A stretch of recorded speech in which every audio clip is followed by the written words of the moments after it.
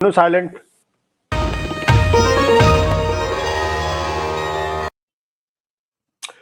नमस्कार, मैं हूं आशुतोष और आप देख रहे हैं सत्य हिंदी। सत्य हिंदी के विशेष कार्यक्रम आशुतोष की बात में आपका स्वागत है। बातचीत शुरू करने के पहले एक छोटी सी अपील। सत्य हिंदी एक कोशिश है ईमानदार, निडर और निर्भीक पत्रकारिता की। हम अपने लाखों दर्शकों के शुक्रगुजार हैं जो लाखों की संख्या में हमारे कार्यक्रमों को देखते हैं और हमारी हौसला अफजाई करते हैं। हम उनसे एक और छोटी सी गुजारिश करना चाहते हैं कि आप न केवल हमारे कार्यक्रम देखें बल्कि संभव हो सके तो बड़ी मात्रा में हमारे वीडियोस को सर्कुलेट करें, डिस्ट्रीब्यूट करें और शेयर करें। सत्य हिंदी के लिए बड़ी मदद होगी और पत्रकारिता के लिए आपका बड़ा योगदान। और अब आज की बातचीत शुरू करते हैं। अगर आप दिल्ली में हैं और दिल्ली के आसपास के इलाकों में हैं तो आप यकीन मान लीजिए कि आप मुझसे ज्यादा परेशान होंगे, क्योंकि आप जहरीली हवा में आपका दम घुट रहा होगा और आप बाहर निकलने से और घर के अंदर दोनों जगह आप परेशान होंगे।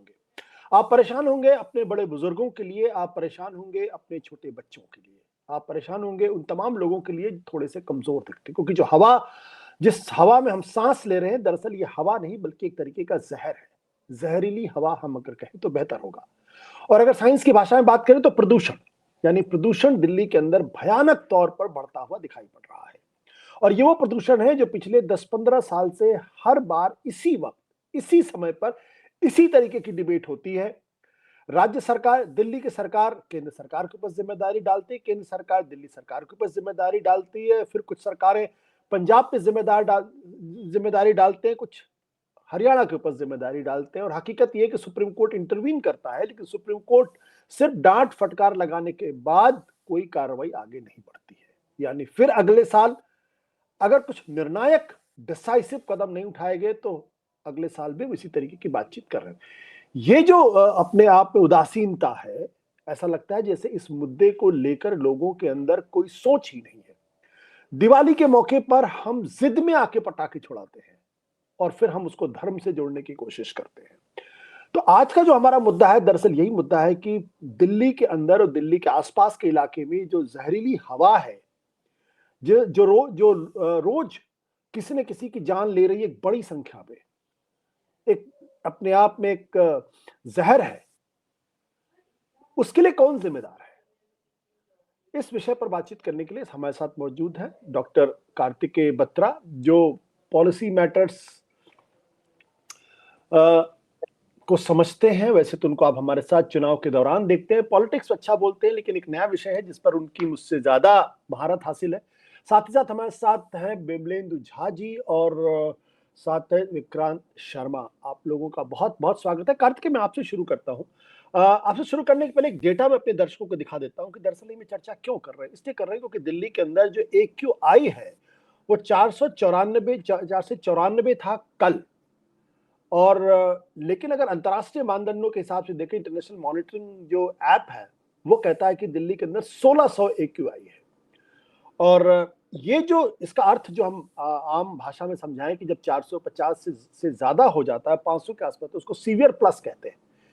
सीवियर प्लस का मतलब होता है बहुत ही ज्यादा खराब, वो हवा जो दरअसल जहर में धीरे धीरे कन्वर्ट होती जा रही है, लोगों की जिंदगी ले रही है, जो बड़े हैं, बुजुर्ग हैं, जो बच्चे हैं, और उनकी जिंदगी बहुत ही खतरे में डाल रही है।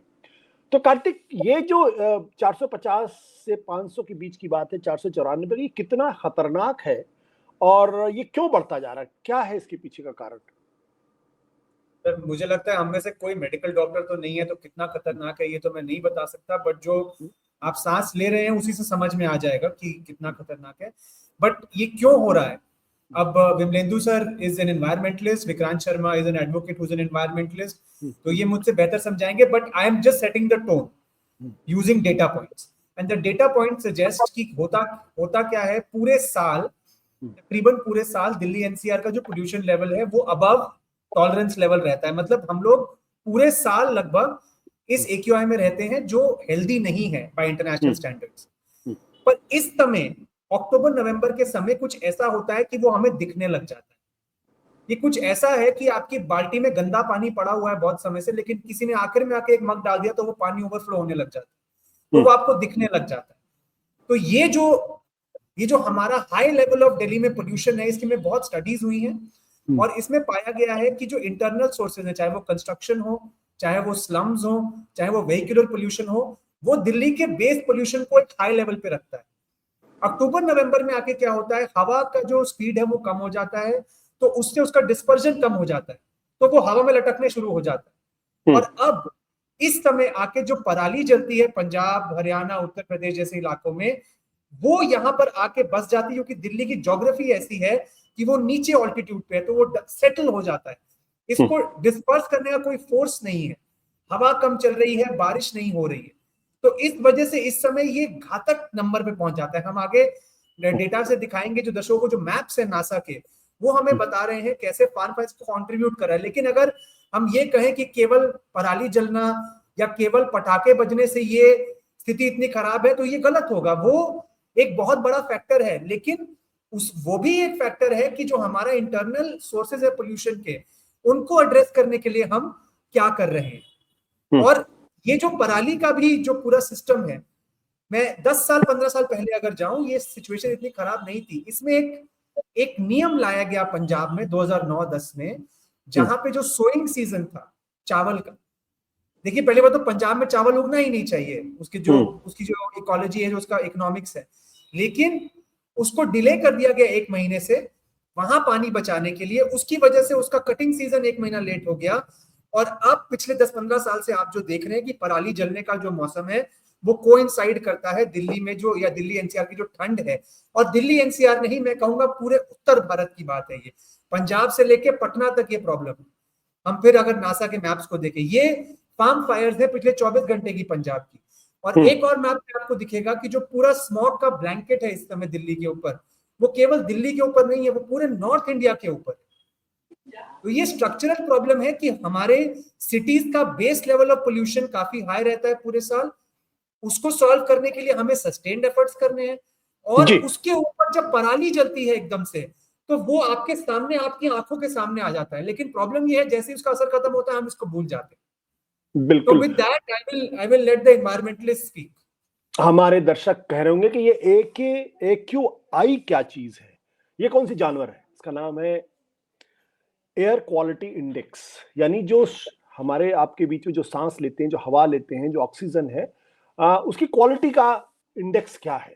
तो 494 कल था, और पिछले कई सालों का रिकॉर्ड दरअसल टूटा है। इसको मेजर किसने किया था? CPCB यानी central pollution of control board ने किया था। लेकिन जो अंतरराष्ट्रीय मापदंड है वो कहते हैं दरअसल दिल्ली के अंदर 494 नहीं बल्कि 1600 है। तो विमलेंदु, ये समस्या क्या सिर्फ इतनी सी समस्या है? पहली बात, क्या ये सिर्फ दिल्ली की समस्या है? क्योंकि अगर आप दुनिया के 10 मोस्ट पोल्यूटेड सिटीज के बारे में देखेंगे तो हिंदुस्तान, दिल्ली हमारे ख्याल से दूसरे नंबर पर होगा, और शायद मुंबई 5वें नंबर पर, या कलकत्ता भी उसमें आता है। और अगर दिल्ली के, हिंदुस्तान के अगर सिटीज के बारे में बातचीत करेंगे तो ऐसे बहुत सारे छोटे छोटे शहर हैं जिनके बारे में जिक्र नहीं होता, दिल्ली के बारे में सबसे ज्यादा जिक्र होता है। तो एक तो ये क्या सिर्फ दिल्ली की समस्या है? दूसरा, इतना घना इस वक्त क्यों हो जाता है, और इसके पीछे की जो असली कारण है वो क्या है, और क्यों नहीं इससे सरकारें निपट पा रही? देखिए, जो आपने कहा कि ये सिर्फ दिल्ली की समस्या नहीं है, लेकिन दिल्ली को डिस्प्रोपोर्शनेट अटेंशन इसलिए मिलता है क्योंकि दिल्ली भारत की राजधानी है। और ये भी बात समझना बहुत आवश्यक है कि दिल्ली जैसे शहर में तो कम से कम हमारे पास एयर क्वालिटी मॉनिटर्स हैं, जो 4 थे 10 साल पहले, आज 40 हैं। भले ही वो रीडिंग्स 500 दिखा रही हैं, इनफैक्ट एक चीज और ऐड करूंगा कि 500 से ज्यादा ये रीड ही नहीं कर सकती हैं। पहले इनका जो मीटर था वो 999 तक रीड करता था।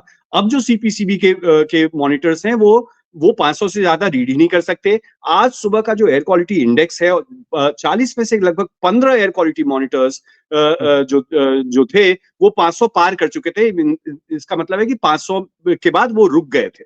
तो अगर हम 500 को ही देखें, अगर हम सरकारी आंकड़े को ही देखें, जो कि गलत है क्योंकि 500 के बाद तो एक मेजर ही नहीं कर रहे हैं, और साथ ही साथ अगर IQ एयर और स्विस एयर और तमाम बाकी एप्स और सेंसर्स अगर एयर क्वालिटी इंडेक्स को 1500, 1700, 1900 दिखा रहा है, और हमारा सरकारी तंत्र कह रहा है कि 500 है और 480 है, वो अपने आप में एक सोचने का विषय है। लेकिन थोड़ी समय के लिए अगर हम समझ लें कि सिर्फ 480 और 490 और 500 ही हमारा सत्य है और यही एयर क्वालिटी है, वो अपने आप में एक हैजर्डस एक लेवल कहा जाता है। अगर आप देखें तो बहुत सारे शहर, विश्व के बहुत सारे शहर, जब एयर क्वालिटी इंडेक्स 200-250 तक पहुंचता है तो शहरों को इवैक्यूएट कर दिया जाता है या लॉकडाउन कर दिया जाता है। लेकिन हमारी और आपकी विडंबना यह है कि 500 में भी हम चर्चा करते हैं। अभी मैं सेंट्रल दिल्ली से आया और ट्रैफिक ग्राफ 4 जो कि हाईएस्ट ऑर्डर ऑफ रिस्ट्रिक्शन है, उसके बावजूद business as usual, business as normal है। तो सबसे पहली बात जो हमने, सबने, सरकार ने, कोर्ट्स ने, सबने मिलकर एक चीज किया है कि वायु प्रदूषण को 500 जैसे अंक को या 1500 के जैसे मापदंड को भी हमने नॉर्मलाइज कर दिया है। हमने गंदी हवा में सांस लेना सीख लिया है। जैसे हमने गंदे पानी को में जीना सीख लिया। इतने वर्षों से, 20-25 वर्षों से यमुना की स्थिति जो है वो आपने भी देखा है, हमने भी देखा है। और अब जो क्या है कि अगर पानी खराब आता है तो हम प्राइवेट पानी ले लेते हैं, तो हम प्राइवेट सोल्यूशन ढूंढ रहे हैं एक पब्लिक प्रॉब्लम का, कि हम एयर प्यूरिफायर ले आएंगे या फिर हम कोई आरओ लगा लेंगे। लेकिन इसके साथ ही साथ ये जो आपने कहा कि ये एक रीजनल प्रॉब्लम है, और रीजनल प्रॉब्लम का मतलब है कि सिर्फ एक सरकार के से ये काम नहीं चलने वाला है। ये जिम्मेदारी जो है केंद्र सरकार की है, राज्य सरकारों की है, और निचले लेवल पे म्युनिसिपैलिटीज की है। कार्तिकेय ने जो बात कही उसमें मैं थोड़े से मुद्दे और ऐड करना चाहूंगा कि हमें सबसे पहले सोर्सेस ऑफ पोल्यूशन, दिल्ली, क्योंकि असल में दिल्ली नंबर 1 पे है और दिल्ली नंबर 1 पे बहुत समयों तक रहता है, और उसके 2 कारण हैं, 3 कारण मैं कहूंगा। एक तो of course perennial sources of pollution जो है, जिसको हम कहते हैं कि 365 दिन जो सोर्सेस ऑफ पोल्यूशन है, उसके बारे में चर्चा कोई नहीं करता। अनफॉर्चुनेटली सुप्रीम कोर्ट भी बहुत कन्वीनियंटली सबसे ज्यादा अगर बात करता है तो पराली के बारे में बात करता है। कार्तिकेय के मैप से मैं उसको डिनाई नहीं करता हूं, लेकिन ये हमें समझना बहुत आवश्यक है कि पराली का कंट्रीब्यूशन दिल्ली या दिल्ली के आसपास के एम्बिएंट एयर क्वालिटी में जो इम्पैक्ट है वो लगभग 0% to 30%, वो भी 2 हफ्ते से 3 हफ्ते तक होता है। लेकिन जैसे कार्तिकेय ने कहा कि ये स्थिति तो 365 दिन बनी होती है, और अगर आज के दिन भी, आज सुबह एयर क्वालिटी में जो पराली का कंट्रीब्यूशन था लगभग 25% था। तो हम 25% की बात पहले करेंगे या हम 75% की बात पहले करेंगे? हम 15 दिन जो प्रदूषित करता है हमारे शहर को या शहरों को, उसके बारे में बात करेंगे, या फिर जो 365 दिन जो पेरिनियल सोर्सेस है उसके बारे में करेंगे? विडंबना यह है कि ना हम पेरिनियल सोर्सेस के बारे में बात करते हैं और ना ही हम एपिसोडिक सोर्सेस ऑफ पोल्यूशन के बारे में बात करते हैं। एपिसोडिक सोर्सेस ऑफ पोल्यूशन में मुख्य रूप से 2 माना जाता है, पराली जलाने का काम और दूसरा पटाखे जलाने जो जलता है, और दोनों पे रोक लगना बहुत ही आवश्यक है। लेकिन इसमें जो हम कहते हैं कि राजनीतिक इच्छा शक्ति की, अगर 2016 से आज तक, मतलब पिछले 8 वर्षों से अगर अक्टूबर नवंबर के महीने में हम जगते हैं और फिर इसके बाद इसके ऊपर थोड़ी सी चर्चा होती है और इसके बाद चर्चा भी रुक जाती है, और कदम तो दूर रखिए, अगर आप देखें तो एंड ऑफ पाइप ग्राफ 4 जो है वो सोल्यूशन नहीं है।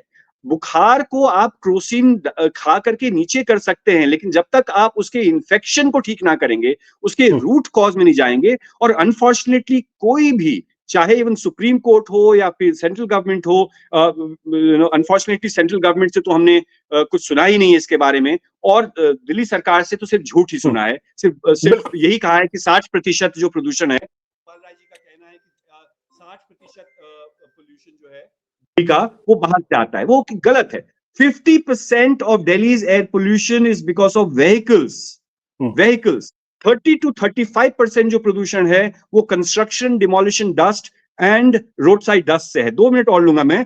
साथ ही साथ ओपन बर्निंग ऑफ गार्बेज, चाहे वो आपके भलसवा में आग लगी हो या गाजीपुर में आग लगी हो, वो हो, जो कि सरकार आग लगाती है और लोग आग लगाते हैं, वो हो, या फिर 300 किलोमीटर रेडियस में जो थर्मल पावर प्लांट्स लगभग 1 दर्जन काम कर रहे हैं या इंडस्ट्रीज हैं। सो ये सारे सोर्सेस हैं because of geographical disadvantage that Delhi has. एक तो ऑल्टीट्यूड की बात जो कार्तिकेय ने कही वो है, और दूसरा इंडो गैंजेटिक प्लेन है, और एक तरफ एरिड रीजन ऑफ राजस्थान है, और साथ ही साथ on top of this is the meteorological condition. Meteorological मतलब वेदर रिलेटेड कंडीशन जो है, अक्टूबर नवंबर में 2 दिन से 13 तारीख से हवा खराब इसलिए हुई है क्योंकि विंड का डायरेक्शन और विंड का स्पीड नॉर्थ वेस्टर्न था। इसका मतलब है कि लाहौर से लेकर के पंजाब, हरियाणा सबके का जो धुआं है वो ऑलरेडी जो इतना प्रदूषण है टेम्परेचर का जो डिप है उसके कारण स्थिति भयावह है।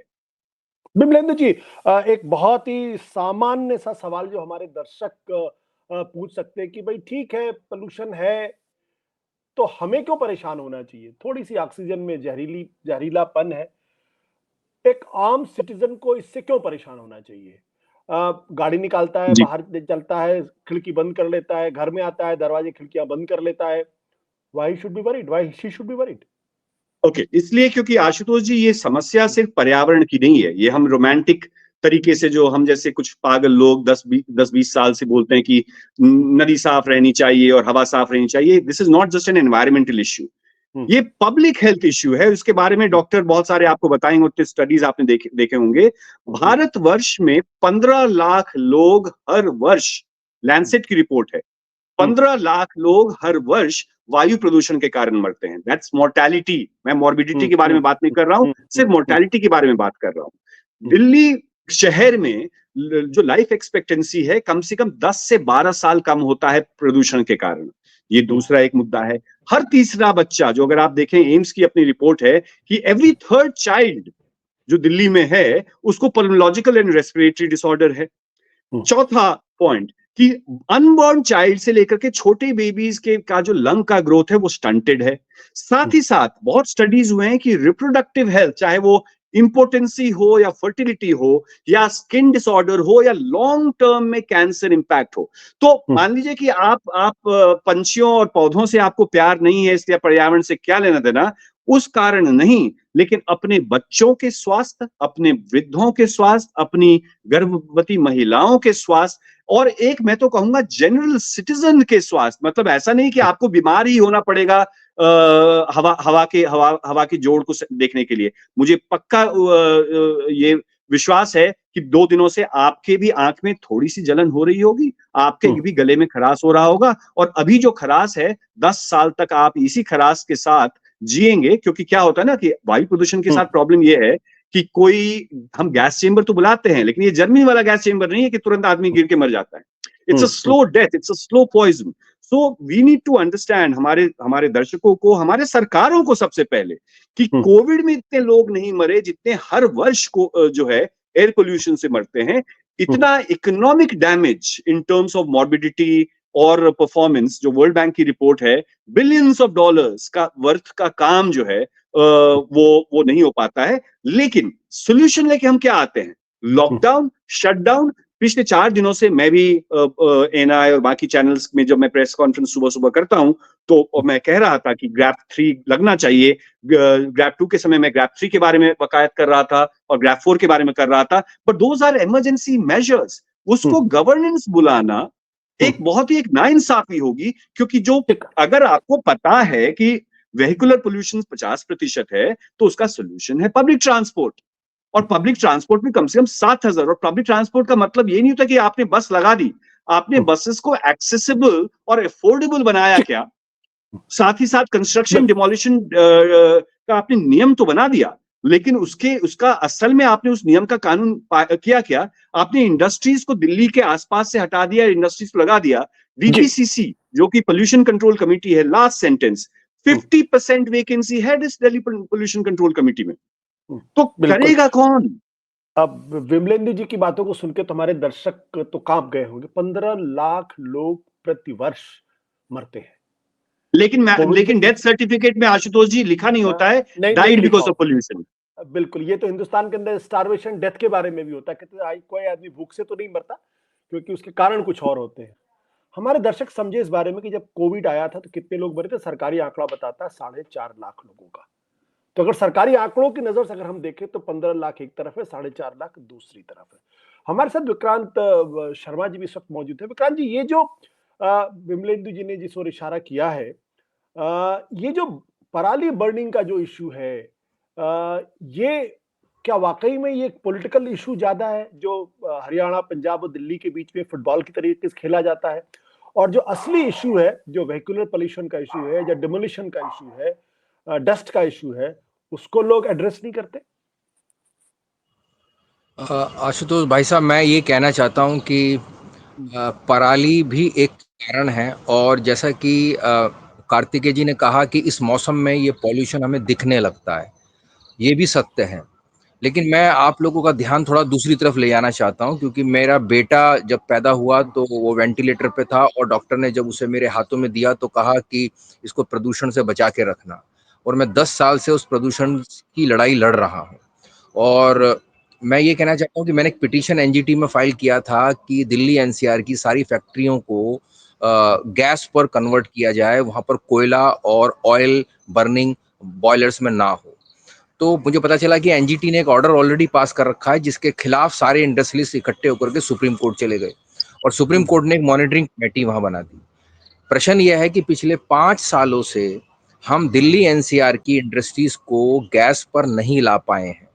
हमने पूरी दिल्ली के लोगों के मकानों में से सिलेंडर हटा करके गैस लाइन पहुंचा दी है लगभग, लेकिन ये इंडस्ट्रीज सबसे ज्यादा पॉल्यूशन जनरेट हो रहा है।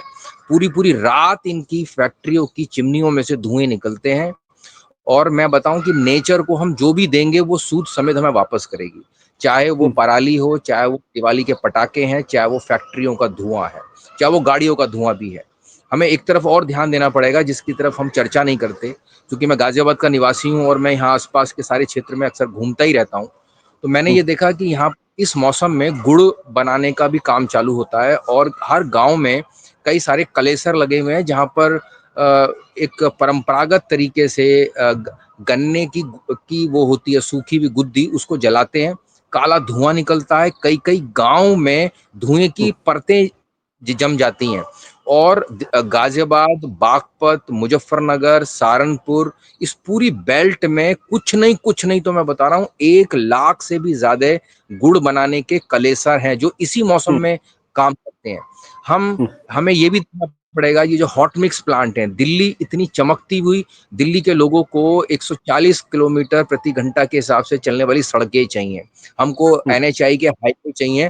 इनमें जो हॉट मिक्स प्लांट चल रहे हैं, मैंने ऐसे कई हॉट मिक्स प्लांट्स को पर्सनली जाके देखा है जो रात को चलते हैं, रात के वक्त ही उनमें से तारकोल और बजरी को मिक्स करते हैं।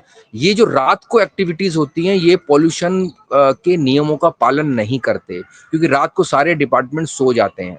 मैंने गाजियाबाद के पॉल्यूशन कंट्रोल बोर्ड को एक बार जाकर के देखा, यहाँ 14 लोगों का स्टाफ है जिसमें एक ड्राइवर है, कुछ अकाउंटेंट है, एक गाड़ी है। पूरे गाजियाबाद जो कि वर्ल्ड में सबसे पॉल्यूटेड सिटी है, वहां के पॉल्यूशन कंट्रोल बोर्ड के पास केवल 14 कर्मचारी हैं। उनका स्टाफ की स्ट्रेंथ कभी इन्होंने बढ़ाई ही नहीं।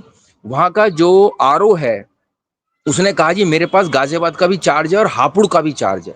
मैंने एक आरटीआई लगाई थी कुछ साल पहले कि गाजियाबाद में कितनी खतरनाक फैक्ट्रियां हैं, मुझे जरा उनके बारे में जानकारी दो। तो पता चला कि गाजियाबाद में 250 फैक्ट्री हैं जो रेड कैटेगरी की हैं, और इन 250 फैक्ट्रियों में हम मुश्किल से पिछले कुछ सालों में 25-30 फैक्ट्रियों को ही गैस पर ला पाए।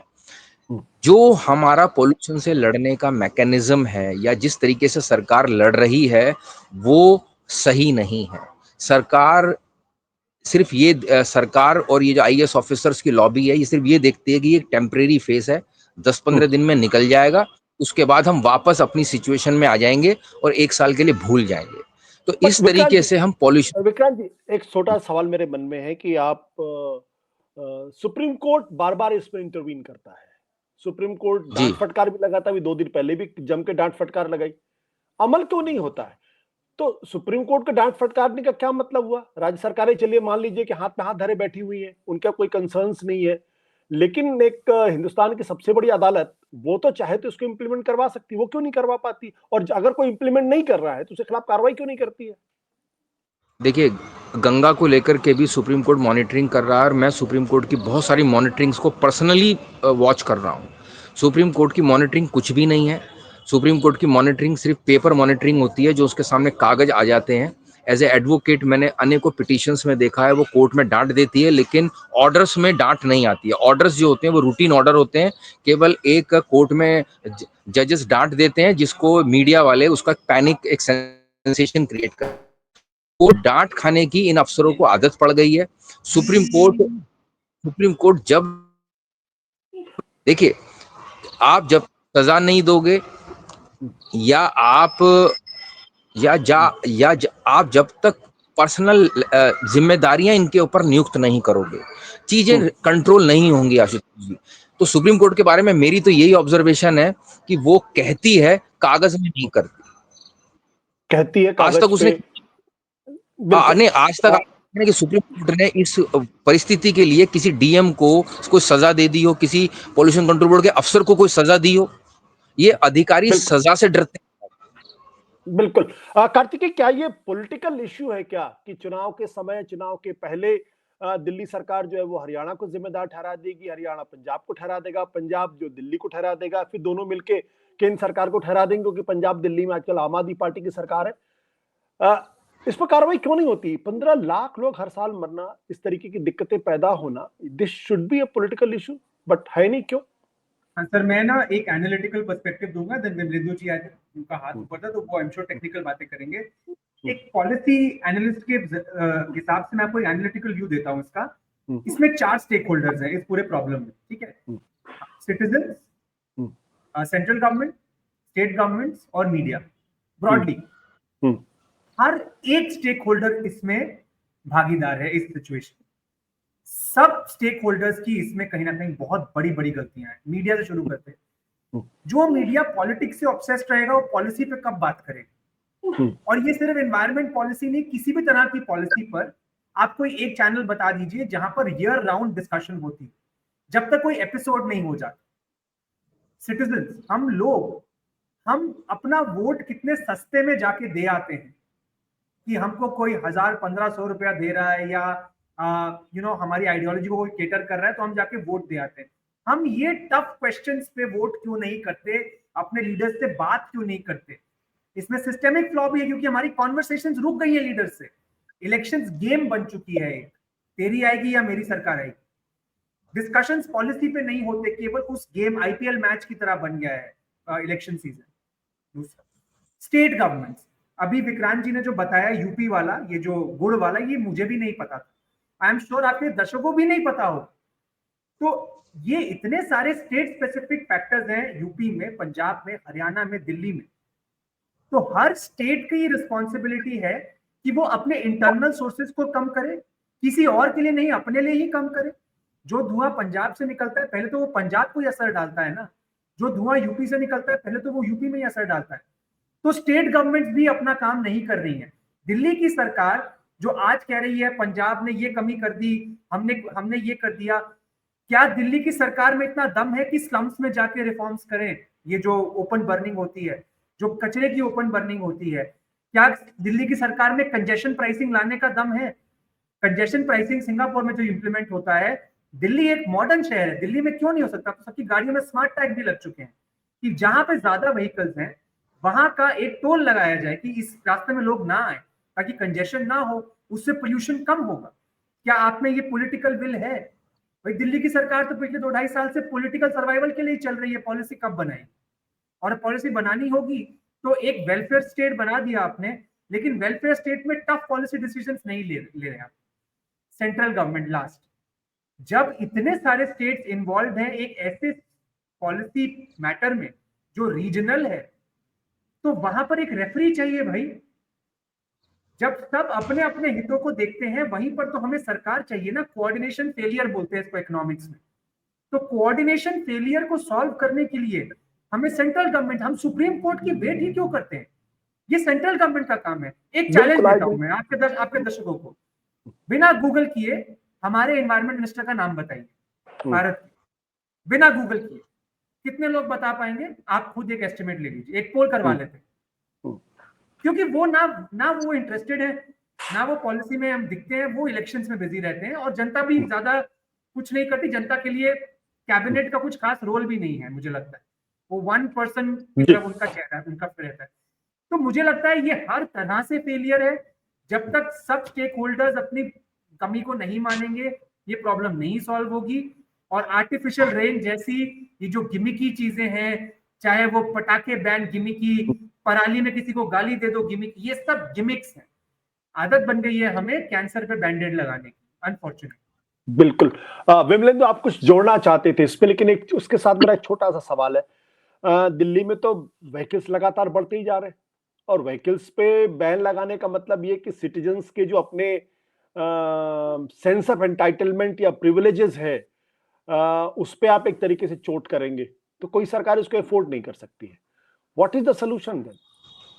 ओके, सबसे पहले तो मैं आपका जो पहला सवाल था जो आपने विक्रांत जी से पूछा और जिसके बारे में कार्तिकेय ने भी कुछ कहा कि सुप्रीम कोर्ट क्यों नहीं करता है। सच्चाई ये है कि पिछले 2 दशकों से अगर एयर क्वालिटी या एनवायरनमेंट पे अगर कुछ भी हुआ है तो कोर्ट्स ने ही किया है। असल में ये कोर्ट की जिम्मेदारी नहीं है। अगर आपको याद हो तो 20 वर्ष पहले आईटीओ से अगर आप गुजरते थे और अगर आपने रुमाल अपने चेहरे पे डाल दिया तो एक पूरा रुमाल काला पड़ जाता था।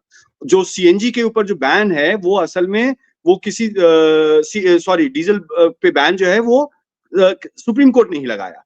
अभी भी जो अगर आप पराली के ऊपर बात कर रहे हैं या ग्रैप 4 तक की बारे में बात कर रहे हैं या एम्पावरिंग एप्का एंड या फिर सीएक्यूएम के बारे में बात करें तो वो भी काम जो है वो सुप्रीम कोर्ट ही कर रही है। Unfortunately governance should not be the responsibility of the courts of our country, but unfortunately क्योंकि there is a absolute failure of the executive, इस कारण से जो है सुप्रीम कोर्ट इन्वॉल्व होते हैं। हाँ, आपकी बात सही है, विक्रांत जी की बात सही है कि जब इन्वॉल्व हुए हो तो पूरा डांस करो।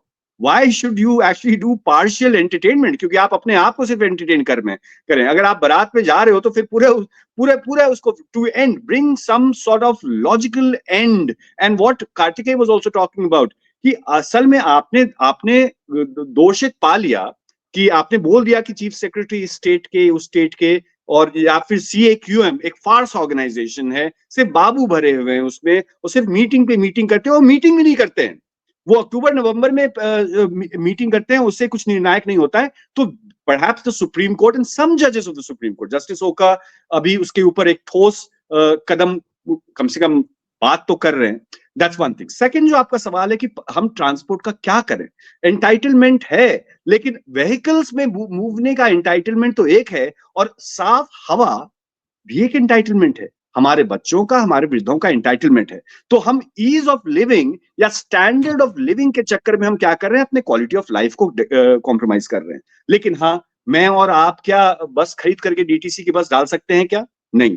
That responsibility of public transport, चाहे वो मेट्रो का इंफ्रास्ट्रक्चर हो, लास्ट माइल कनेक्टिविटी हो, 7,000 और इलेक्ट्रिक बसेस ऐड करने की बात हो। पिछले 2 साल पहले तक तो जो सुप्रीम कोर्ट ने ही प्रेशर डाला था by the way electric buses का, वो भी बसेस वो पिछले साल से आनी शुरू हुई, जिसके ऊपर भी एलजी और सीएम और नया सीएम और पुराना सीएम, इसके ऊपर ही बातें चलती गई। So at the end of the day we can always find excuse. हमारे पास बहुत सारे कारण होंगे बहुत सारी चीजें नहीं करने की, लेकिन वो जो सांस का अधिकार है हमारे बच्चों का, हमारे वृद्धों का या फिर हमारा और आपका भी, that needs to be more important, more paramount, more critical. जबकि डेटा, जैसे कि कार्तिकेय ने कहा कि भारत के एनवायरमेंट मिनिस्टर का पोल करवा लीजिए कि कौन है, उसी तरह भारत के हेल्थ मिनिस्टर का पोल करवा लीजिए कि जिस तरह का डेटा मैंने आपको दिया कि क्या स्थिति है, क्या वस्तु स्थिति है। हर आज आपके पैनल में डॉक्टर नहीं है, शायद अगले बार आप एक डॉक्टर को भी रखेंगे, तो अस्पतालों में इमरजेंसी वार्ड बने हैं,